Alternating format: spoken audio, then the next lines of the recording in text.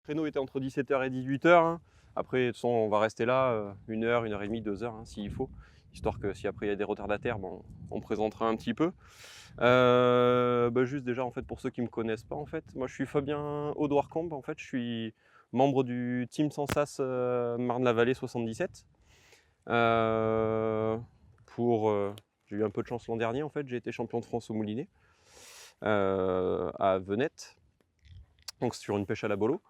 Donc en fait, moi je pratique un peu toutes les pêches, hein, que ce soit la canne, anglaise, bolo, feeder, donc multi-pêche on va dire. Donc aujourd'hui, je vais vous présenter un petit peu un produit dont j'ai fait l'acquisition il y a de ça maintenant 2 ans et demi, donc que j'utilise assez souvent en fait. Dès que j'arrive en fait sur des parcours que je connais pas, ou après des fois quand j'arrive la veille d'une épreuve et en fait j'ai pas forcément le temps de m'entraîner et où j'ai pas connaissance en fait de tout le vraiment du parcours. Donc c'est vrai que là le dipper, on va voir un petit peu son utilité et les infos qu'il donne très rapidement. Euh, du coup, là en fait on est sur un petit sondeur que l'on va pouvoir en fait, là il est fixé au bout d'une canne, mais après il y aura différents types de fixations.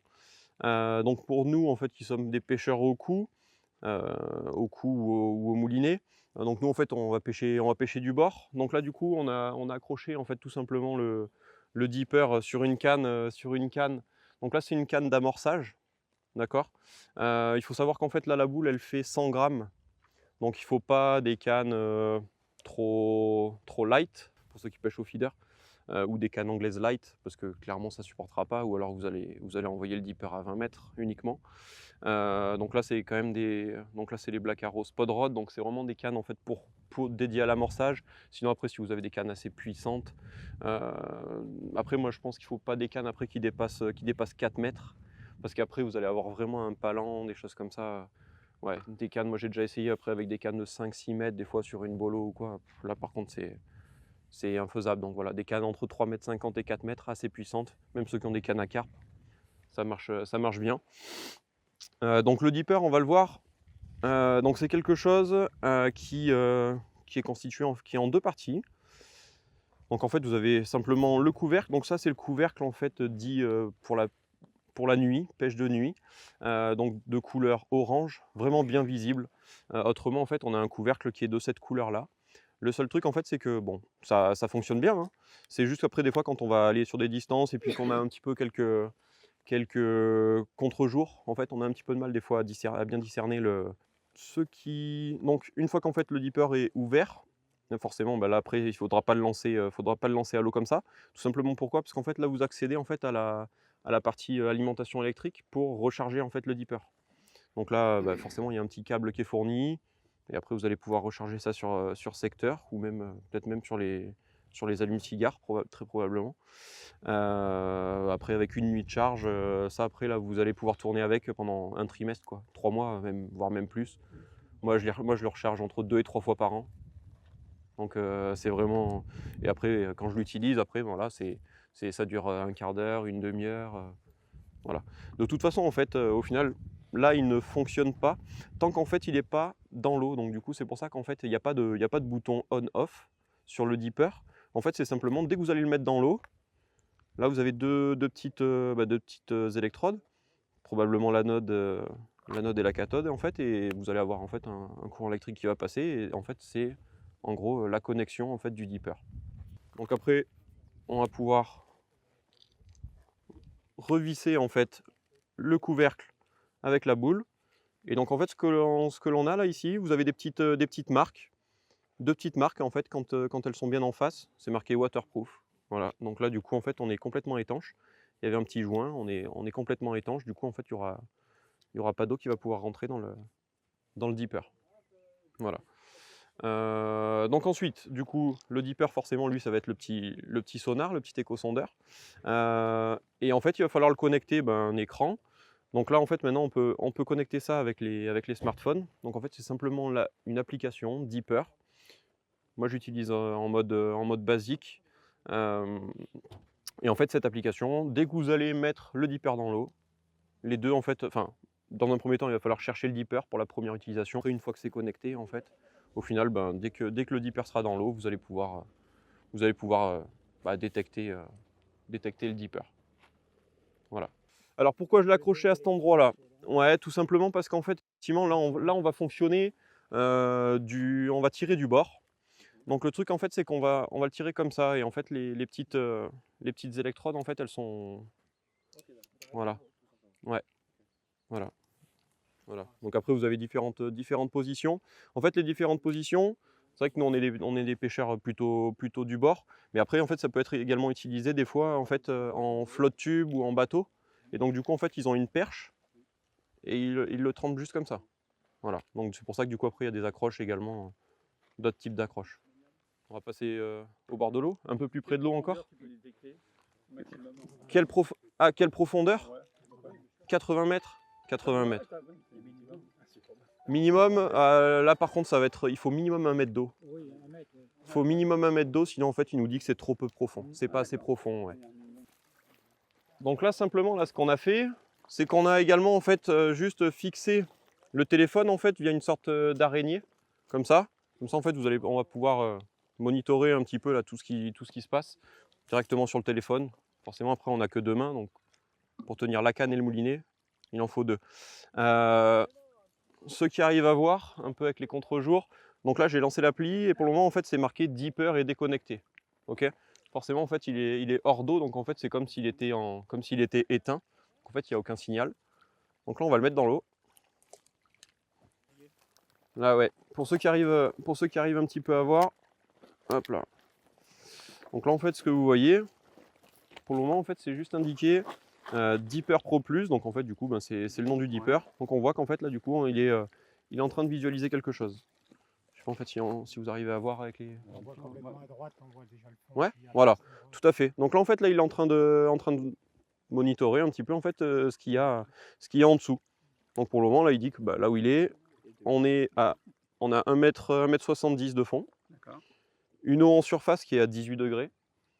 Et après, bah, là, voilà, c'est un petit peu la nature du fond. Donc on va dire qu'il y a une fine couche en fait, bah, probablement un petit peu le sable là, qui nous fait quelque chose de vert. Donc avec qui on voit peut-être des ondes un peu plus molles. Et après en fait on a un fond plus dur. Voilà. Donc là en fait au final là, on voit qu'en plus ça se met à jour très rapidement. Donc du coup c'est la fréquence là, de mise à jour est hyper rapide. Donc là je pense que là il est en train de se rapprocher. Hein. On a 1,50 m de fond. Hop. On ramène encore un peu. Vous voyez 1,30 m, 1,40 m. On voit bien qu'on est en train de ramener. Voilà. 1,20 m. Et là au bout d'un moment, voilà, pas assez d'eau ou trop profond. Donc c'est l'un des deux. Donc là maintenant, là il n'y a plus assez d'eau pour que le dipper fonctionne bien. Donc là ce qu'on va faire, bah, on va essayer de lancer un peu.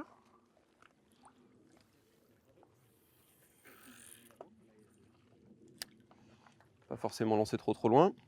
Voilà. Donc là, direct en fait, c'est-à-dire que là en fait au final en 3 secondes, vous allez lancer le dipper. Vous voulez savoir quelle est la distance à 25 mètres, 8,70 m. Ok. Donc c'est-à-dire que là en fait on a une information super rapide. Donc du coup comme ça en fait, ben, en ramenant en fait on va pouvoir. J'essaie de mouliner comme ça pour vous montrer.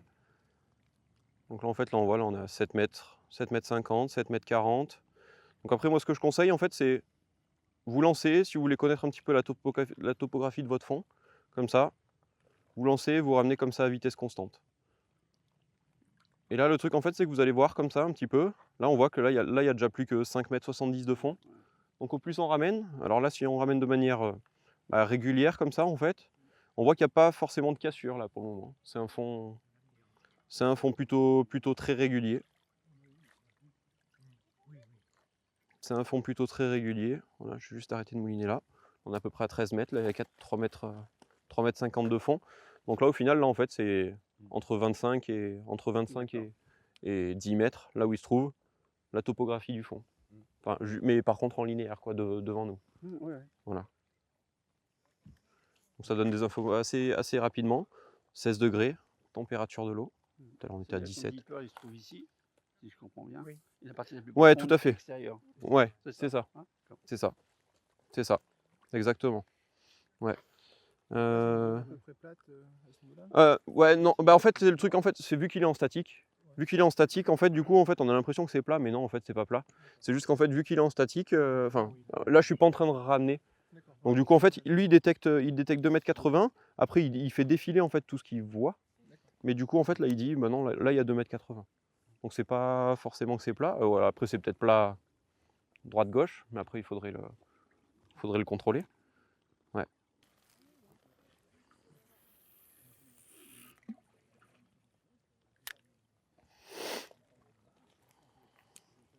Donc là, tout à l'heure, on était à 8 mètres de fond. Maintenant, là on est à 11 mètres 40 de fond. 11 mètres de fond à 35 mètres, 30-35 mètres. Ouais, là, 11 mètres de fond, il nous annonce. 11 mètres. 11 mètres d'eau. Ah, là, il y a des échos de poissons, là. Donc là, vous les voyez bien. Là, ils ont bien amorcé.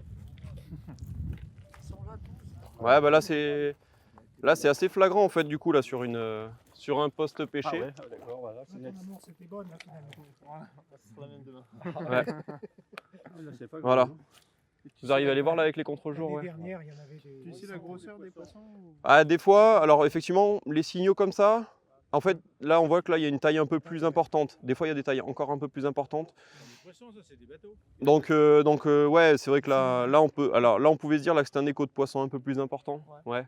Mais des fois, c'est même encore plus gros. Alors après, le truc après, alors là, il y a la profondeur. Donc là, on est dans 11 mètres d'eau et la profondeur à partir de la surface dans laquelle ils sont là, c'est entre 9 et 10 mètres d'eau. Donc là, ils naviguent Ils sont au fond. 1 mètre, ouais, dans le dernier mètre au-dessus du fond, effectivement. Ouais. Donc là, après, là, on a deux tailles de poissons. C'est plus en fait comment sont refléter les échos. Après, des fois, des choses comme ça, des fois, ça peut être aussi des bancs gardants. Hein. Ouais. Quand ils sont proches les uns des autres, après, ça donne ça. Hein. Bon, ben voilà, du coup, hein, pour cette petite présentation rapide du Deeper, en tout cas, j'espère que ça aura apporté des informations un petit peu à tout le monde, à tous ceux qui étaient curieux en fait du Deeper et qui voulaient en savoir un peu plus sur ce super produit. Voilà, bonne journée.